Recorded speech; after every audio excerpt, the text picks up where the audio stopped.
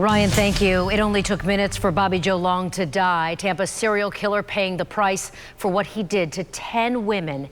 ABC Action News reporter Michael Paluska spoke to those getting justice with his death.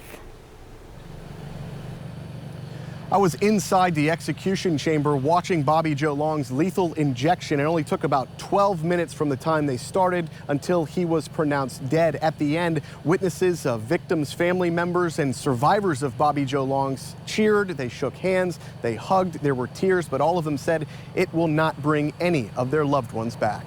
If I could have had my way, he would have been executed for every person's life he's took. It was a beautiful day.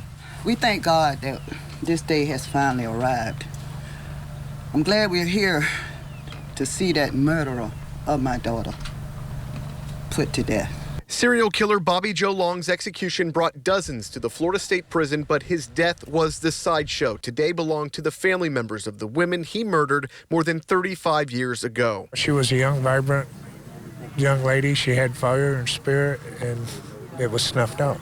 I was inside the execution chamber as the lethal injection was administered. Long never opened his eyes and refused to make a final statement. Long killed at least 10 women in Tampa Bay and raped more than 40 others. 2 survivors watched their attacker take his final breath.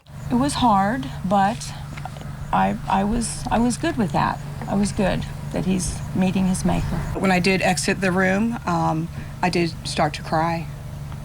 It's healing, peace.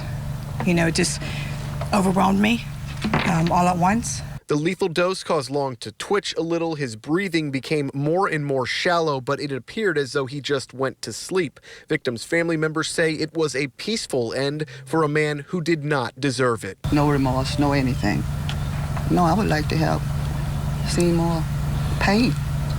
The pain he inflicted that we have in our hearts. I know the other families got pain. And no, I wanted to see him with no pain. That's it.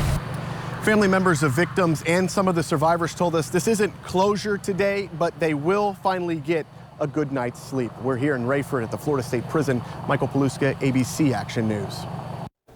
Michael, thank you. And right now on abcactionnews.com, you can read more about Lisa McVie Noland, one of the only women to make it out alive after being attacked by that serial killer, and how she went from victim to survivor to deputy. It's right there on our homepage.